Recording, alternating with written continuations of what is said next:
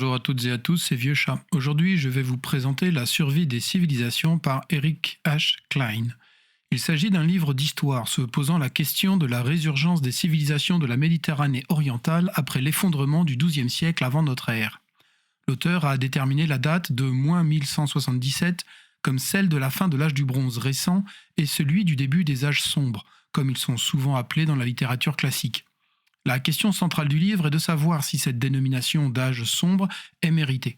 Les traces archéologiques sont la principale source historique car les écrits se font très rares lors de la période suivant l'effondrement. C'est donc un travail d'enquête que nous convie l'auteur. Il est parfois nécessaire de croiser de nombreuses sources pour avoir une idée de qui sont les dirigeants des différents groupes lors de cette période. La question se pose même parfois de savoir qui dirigeait quoi et comment les dirigeants se considéraient eux-mêmes. Après tout, l'Égypte connut des époques avec 4 pharaons simultanément. La question de la survie de groupes civilisationnels ou ethniques devient difficile à aborder si la définition même de ces groupes humains devient floue ou segmentée. Par exemple, les Cananéens ont eu 3 destinées différentes, qu'ils soient du nord, du centre ou du sud. Peut-on parler de survie quand on est assimilé ou quand on change de nom ? Ou même quand on s'agrandit tellement qu'une poignée de simples cités en deviennent un empire. Afin de répondre à ces questions et à quelques autres tout aussi intéressantes, l'auteur découpe le livre en chapitres géographiques, avant d'en faire une synthèse en y ajoutant des concepts plus récents sur la notion d'effondrement, concept développé par les rapports du GIEC. Ainsi, l'auteur nous narre l'évolution de l'Égypte, d'Israël, du Levant méridional, de l'Assyrie, de la Babylonie, de la Phénicie, de Chypre, de l'Anatolie, de la Syrie du Nord et enfin de la région égéenne. Auxquels d'entre eux les âges sombres permettront-ils de s'émanciper, de grandir, d'évoluer ? Bien qu'érudit, le style de l'auteur est facile à lire. Certains passages sont plus difficiles à suivre que d'autres car une part importante de l'enquête est de déterminer les différentes successions à la tête des groupes humains. Cela à partir d'indices parfois très épars. S'ensuit donc une liste parfois fastidieuse de pères et de fils ayant régné. Heureusement, l'auteur est conscient de cet écueil et, dès qu'il le peut, il coupe ses énumérations par des anecdotes quant aux circonstances entourant les découvertes archéologiques sur lesquelles il fonde son analyse.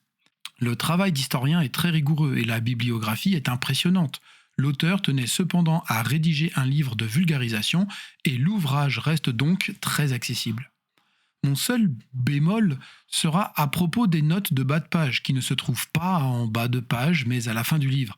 Je déteste cette manière de faire car soit cela coupe ma lecture pour aller étancher ma curiosité quant aux digressions liées à certains termes ou certaines analyses, soit j'en fais le deuil et dois donc réfréner ma curiosité afin de rester concentré sur la lecture.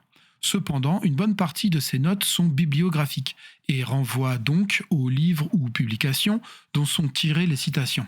Il reste dommage de ne pouvoir profiter confortablement de précisions sur le point de vue de l'auteur. Pour autant, cela n'a que peu réduit mon plaisir de lecture tant la problématique de l'ouvrage est intéressante. En effet, les questions posées résonnent assez fort avec l'époque actuelle. Bien qu'il y ait des différences structurelles et conjoncturelles entre nos sociétés actuelles et celles qui précédaient l'effondrement, les points communs sont suffisamment nombreux pour que ce livre donne matière à réfléchir quant au destin actuel de nos sociétés face aux conséquences du changement climatique, de notre dépendance les uns des autres à cause de notre hyperconnectivité intersociétale. Voici un extrait de la note de l'auteur en fin de livre. Je suis toutefois pleinement conscient des difficultés liées à la rédaction d'un tel ouvrage, abordant autant de sujets tout en respectant, ou presque, la taille requise par les éditeurs. D'aucuns se plaindront peut-être d'une trop grande abondance de détails et de précautions, sans parler de tous les noms de personnages inconnus. J'ai pourtant essayé d'offrir une vue d'ensemble et un résumé de l'état actuel de nos connaissances sur la question, en présentant faits et hypothèses sur ce que nous savons des 400 ans qui ont suivi l'effondrement de l'âge du bronze récent dans la mer Égée et la Méditerranée orientale. Il s'agit pour l'essentiel d'un livre d'histoire illustré par des références archéologiques, suivi d'une longue analyse et d'un ensemble de réflexions sur la pertinence de ce thème pour nos contemporains.